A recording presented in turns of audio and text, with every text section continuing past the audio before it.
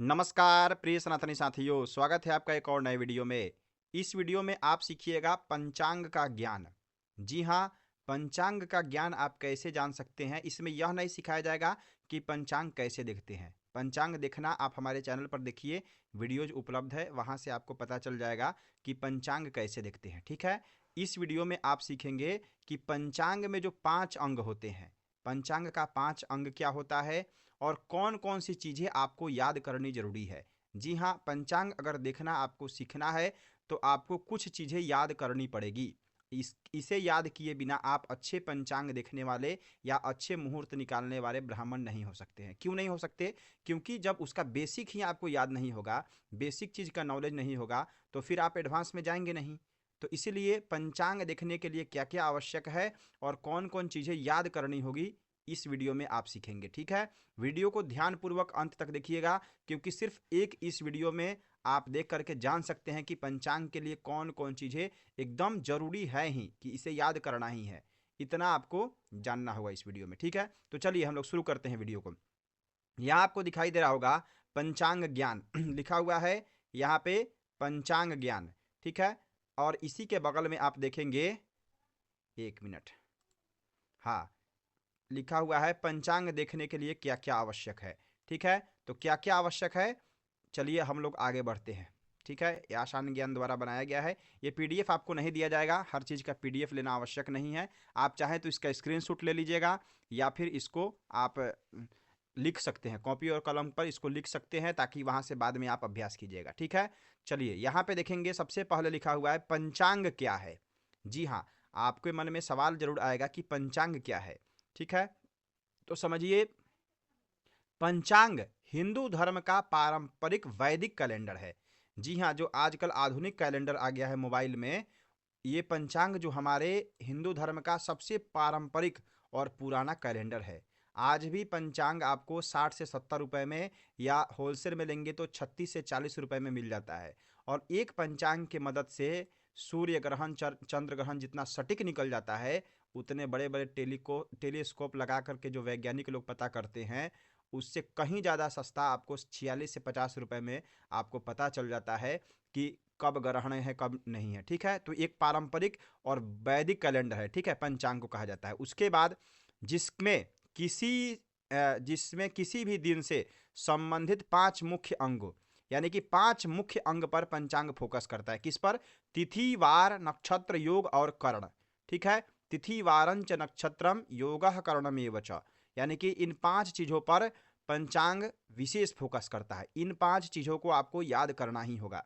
इन 5 चीज़ों को आप याद कर लेंगे, स्मरण कर लेंगे, तो फिर आप एक अच्छे पंचांग देखने वाले हो जाएंगे। ठीक है, जैसे जैसे वीडियो आगे होगा आप लोग सब कुछ सीखने वाले हैं। ठीक है, तो चलिए, इसकी विस्तृत जानकारी दी होती है, यानी कि पंचांग में इन सब की विस्तृत जानकारी दी होती है। उसके बाद इन्हीं 5 अंग के आधार पर शुभ मुहूर्त, शुभ अशुभ मुहूर्त, कार्य, पूजा, विवाह, यात्रा, मुहूर्त आदि का निर्धारण किया जाता है। यानी कि सिंपल में कह सकते हैं कि तिथि, वार, नक्षत्र, योग और करण के द्वारा जो वैदिक कैलेंडर है, उसके माध्यम से जो भी मुहूर्त इत्यादि देखा जाता है, उसी को हम लोग पंचांग कहते हैं। सिंपल लैंग्वेज में ये हो गया। ठीक है, और विस्तृत में पढ़ना है तो आप इन दोनों पॉइंटों को दिमाग में रखिए, विशेष करके आपको इसको ध्यान में रखना है। ठीक है, इन 5 चीज़ों को। ठीक है, चलिए अब हम लोग आगे बढ़ते हैं। पंचांग के 5 अंग, पंचांग के 5 अंग कौन कौन से हैं? ठीक है, तो यहां देखेंगे, पहला है तिथि। तिथि क्या होता है? तिथि होता है चंद्रमा की अवस्था। जी हाँ, अमावस्या से पूर्णिमा तक जो चंद्रमा जाते हैं, या फिर पूर्णिमा से अमावस्या तक चंद्रमा जाते हैं, उसी को तिथि में गणना होती है। यानी उसी के गति को देख करके, उसी की गणना करके तिथि का निर्माण होता है। ठीक है, तिथि कितने होती हैं, ये सब क्या होता है, ये सब मैं आगे बताऊंगा।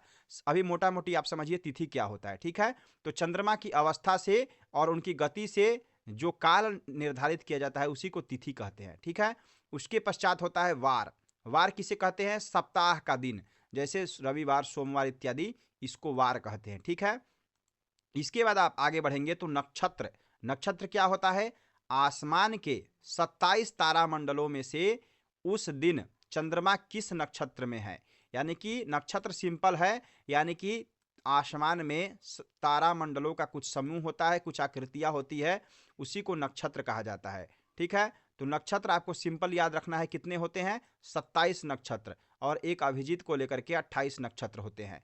तो इनको भी आपको ध्यान में रखते हुए याद करना होता है। ठीक है, उसके बाद देखेंगे तो योग। योग क्या होता है? सूर्य और चंद्र की स्थिति से बनने वाला ज्योतिषीय योग, यानी कि योग उसी को कहते हैं जो सूर्य और चंद्रमा की स्थिति से जो योग बनता है उसी को योग कहा जाता है। ये शुभ और अशुभ दोनों योग होते हैं। उसके बाद कर्ण होता है। कर्ण क्या है? कर्ण तिथि का आधा भाग, यानी कि तिथि का आधा भाग जो होता है उसको कर्ण कहा जाता है। शुभ अशुभ कार्यों के निर्धारण में इसका उपयोग होता है। ठीक है, तो कर्ण आप लोगों को समझ में आ गया होगा। ये सब और डिटेल में मैं चर्चा करूंगा, चलिएगा आगे। तो चलिए, पंचांग देखने से पहले आपको इन सब चीजों को याद करना आवश्यक है। किन सब चीजों को? ये जो नीचे इसके बाद दिया जा रहा है, अब इन सब चीजों को आपको याद करना अति आवश्यक है। क्या क्या? सबसे पहले देखिए, एक माह में कुल 30 तिथियां होती है। जी हाँ, 30 तिथियां होती है। पहले शुक्ल पक्ष की 15 तिथि होती है, उसके बाद कृष्ण पक्ष की 15 तिथि। पहले तो कृष्ण पक्ष का ही होता है, बाद में शुक्ल पक्ष का होता है, लेकिन गणना के हिसाब से देखेंगे तो पहले शुक्ल पक्ष होता है। ठीक है, तो शुक्ल पक्ष में क्या होता है? अमावस्या से पूर्णिमा की ओर जब चंद्रमा बढ़ते हैं तो उसको शुक्ल पक्ष कहा जाता है। यानी कि अमावस्या तिथि आ गई, उसके बाद जो प्रतिपदा आती है, फिर द्वितीय तिथि, ऐसे करके 15 तिथि जब गुजरती है तो पूर्णिमा आता है, तो उसे हम लोग क्या कहते हैं? शुक्ल पक्ष कहते हैं। ठीक है, उसके पश्चात कृष्ण पक्ष होता है। ये सब अगर आपको डिटेल में जानना है, डिटेल यानी कि कृष्ण पक्ष शुक्ल पक्ष कैसे देखे, तिथियां कैसे देखे, ये सब मैं वीडियो बना चुका हूं। ये थंबनेल आपकी स्क्रीन पर आ रहा होगा, यहां से जाकर के आप देख सकते हैं। उसमें सब कुछ डिटेल में बताया गया है, प्रीमियम सेक्शन में है वो। ठीक है, तो आप लोग चाहें तो प्रीमियम ले सकते हैं और प्रीमियम में जाकर के उसे देख सकते हैं। 199 रुपया बहुत ज़्यादा नहीं होता है मंथली। 199 रुपया आजकल लोग बहुत ज़्यादा, उससे ज़्यादा खर्च कर देते हैं ऐसे चाय नाश्ते में। आप चाहें तो 199 रुपया का सब्सक्रिप्शन लीजिए और वहाँ से संपूर्ण तिथियों या पंचांग का ज्ञान भी उस पर आता रहेगा, और बहुत अच्छी अच्छी जानकारी भी आपको वहाँ से मिलेगी। वैसे आप नहीं अगर सक्षम है तो आप यहाँ से ही सीखते रहिए। ठीक है, 15 शुक्ल पक्ष की हो गई, कृष्ण पक्ष की भी 15 होती है। कृष्ण पक्ष में क्या होता है? पूर्णिमा से अमावस्या की ओर जब तिथि बढ़ती है तो उसको हम लोग कृष्ण पक्ष कहते हैं। ठीक है, कृष्ण पक्ष में क्या होता है? इसमें भी 15 तिथियां होती है, लेकिन इसमें जो अमावस्या तिथि होती है इसकी गणना होती है 30। ठीक है, कैसे? यहां देखिए, सभी 30 तिथियों के नाम। शुक्ल पक्ष में 15 तिथि जो कौन कौन सी होती है? यही सेम टू सेम, प्रतिपदा, द्वितीया, तृतीया, चतुर्थी, पंचमी, षष्ठी, सप्तमी, अष्टमी, नवमी, दशमी, एकादशी, द्वादशी, त्रयोदशी, चतुर्दशी और पूर्णिमा। इसी प्रकार से कृष्ण पक्ष में भी देखेंगे तो सेम टू सेम वैसे ही होता है। ठीक है, यहाँ भी सेम टू सेम है, बस पूर्णिमा की जगह पर अमावस्या हो जाता है। और इसकी गणना जब हम लोग करते हैं, जैसे अग्निवास, शिवास इत्यादि निकालते हैं, तो इसकी जो गणना होती है उसमें क्या होता है कि कृष्ण पक्ष में 15 जोड़ दी जाती है। ये जो प्रतिपदा हुआ इसकी गणना होती है 16, इसका द्वितीय का होता है 17, तृतीया की का होता है 18, ऐसे गणना की जाती है। ठीक है, ये जब जब मुहूर्त वाला वीडियो आएगा उसमें मैं आपको बताता रहूंगा। ठीक है, आपको इन तिथियों को याद कर ही लेना चाहिए। ये नहीं सोचना है कि इसको मैं तो ऐसे ही स्मरण करूंगा, नहीं, इसको याद कर ही लीजिए। ठीक है, क्योंकि अगर सनातनी आप हैं, विशेष करके पूजन पाठ कराते हैं, तो आपको ये सब की जानकारी और याद आपको होना चाहिए। ठीक है, इसके बाद देखेंगे तो सभी 27 नक्षत्रों के कर्म, यानी कि नक्षत्र क्या है ऊपर मैंने बता दिया। अब आपको ज़्यादा डिटेल में कुछ नहीं सीखना है, आपको सीधा ये 27 नक्षत्रों का नाम याद करना है। कैसे याद करेंगे? सिंपल, इसको डेली आप उठिए, 1 से 2 बार पढ़िए, या दिन भर में 5 से 7 बार इसको शुरू से लेकर के अश्विनी, भरणी, कृत्तिका, रोहिणी, मृगशीरा, आद्रा, पुनर्वसु, पुष्य, श्लेषा, माघा, पूर्वा, फाल्गुनी, उत्तरा फाल्गुनी, हस्त, चित्रा, स्वाति, विशाखा, अनुराधा, ज्येष्ठा, मूल, पूर्वा, साढ़ा, उत्तरा साढ़ा, श्रवण, धनिष्ठा, सप्तभिखा, पूर्वा भाद्रपद, उत्तरा भाद्रपद, रेवती। इतना बोलेंगे, रोज आप 1 से 2 राउंड बोलते जाइए, आपको अपने आप याद हो जाएगा। हम लोग भी वैसे ही याद किए हैं। इसका इसकी श्लोक भी आता है, पुस्तक में देखेंगे तो अश्विनी, भरणी, कृतिका, रोहिणी ऐसे करके श्लोक भी आता है इसका, तो श्लोक भी आप चाहें तो याद कर सकते हैं, लेकिन सिंपल में ऐसे ही याद करेंगे तो आपके दिमाग में ज़्यादा फिट आएगा। ठीक है, मुझे तो ऐसे ही याद हो जाता है। उसके बाद देखेंगे तो एक नक्षत्र होता है, 27 नक्षत्रों के अलावा अभिजीत यानी कि अतिरिक्त में स्पेशल नक्षत्र इसको कहते हैं, ठीक है, क्योंकि ये भगवान विष्णु का अति प्रिय नक्षत्र है, ठीक है। अभिजीत नक्षत्र कब आता है? ये उत्तराषाढ़ा और श्रवण के बीच में आता है ये अभिजीत नक्षत्र, ठीक है। तो ये जब विशेष गणना करके मैं बताऊंगा तो उस समय आपको ये डिटेल में बताया जाएगा। अभी केवल समझिए इसके उत्तराषाढ़ा और श्रवण के बीच में अभिजीत नक्षत्र आता है, ठीक है।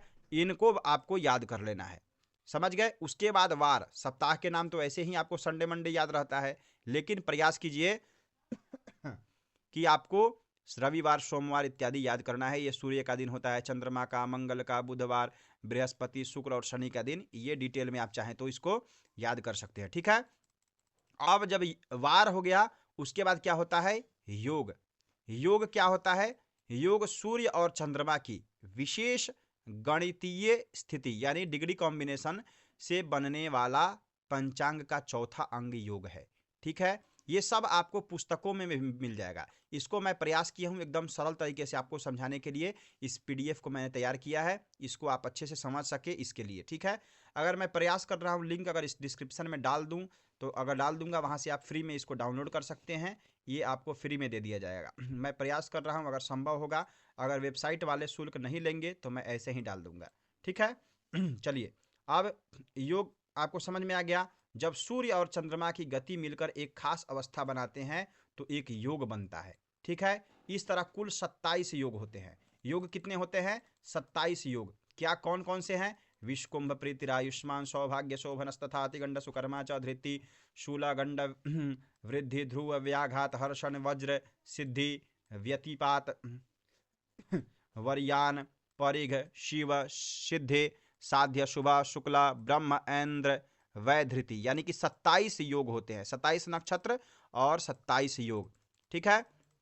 ये आपको चाहे तो याद कर सकते हैं इसको, ठीक है। इसको याद नहीं भी करेंगे तो कोई दिक्कत नहीं है, लेकिन इसको स्मरण में रखना है आपको, ठीक है, क्योंकि पंचांग में ये दिया होता है, ऊपर ही दिया होता है, ठीक है। योग आप समझ गए। अब करण होता है। करण क्या होता है? करण तिथि का आधा भाग होता है, समझे। तिथि का आधा भाग होता है करण।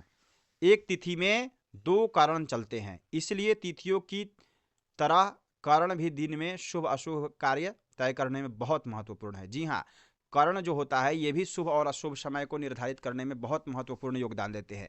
कुल कितने कर्ण होते हैं? वैसे तो 7 ही मुख्य कर्ण होते हैं। बवश्च बालवश्चैव कौलवस्तैतिरस्त तथा गरश्च वणिजो विष्टिर सप्तैता कर्णानि च, ठीक है। 7 ही कर्ण होते हैं, लेकिन विशेष करके यहाँ 11 कर्ण माने जाते हैं। 11 कर्ण कौन कौन से?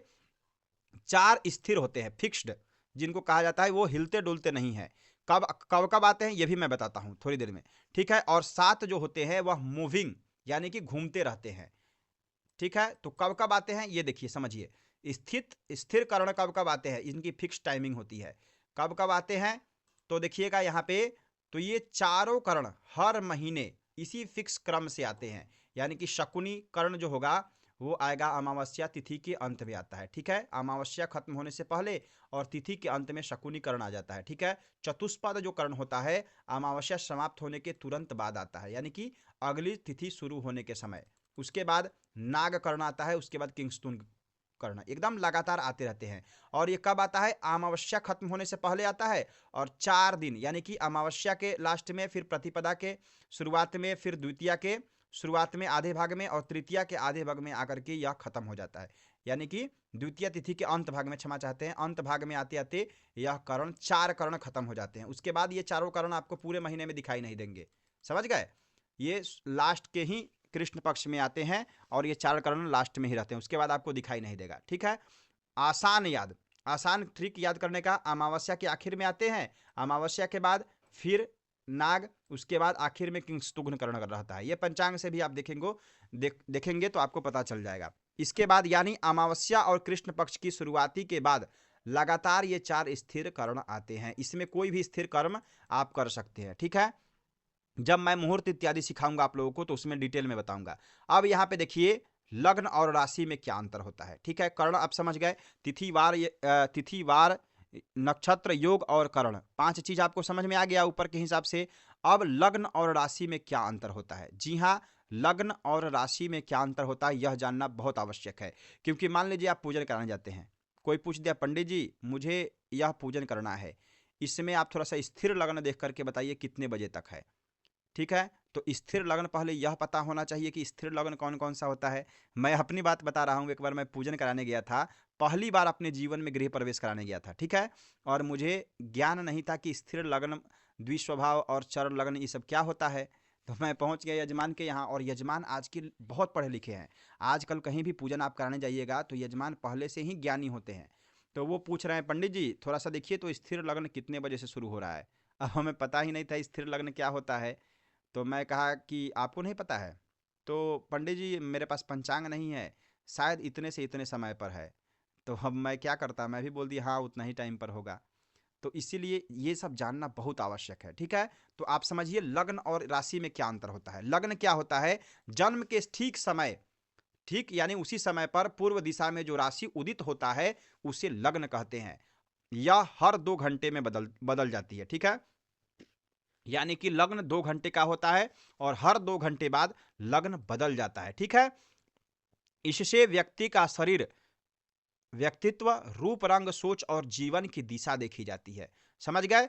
यानी कि इस लग्न से इन सब चीजों को देखा जाता है। समझ रहे हैं? ये जब कुंडली मैं सिखाऊंगा उस समय बताऊंगा, या फिर यूट्यूब पर आपको बहुत सारी वीडियोज मिल जाएंगी कुंडली इत्यादि के, तो उसमें भी आपको पता चल जाएगा। समझ गए? लग्न और राशि, जन्म के समय चंद्रमा जिस राशि में होता है वही जन्म राशि कहलाती है, ठीक है।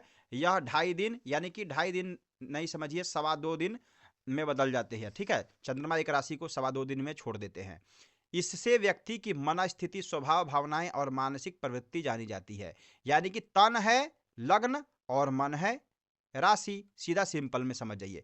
यानी कि लग्न शरीर और बाहरी व्यक्तित्व, यानी कि आपका हार्डवेयर क्या है, लग्न है, और आपका सॉफ्टवेयर यानी कि मन आपका राशि है। बस सिंपल में इसको इतना ही समझिए। उसके बाद आप देखेंगे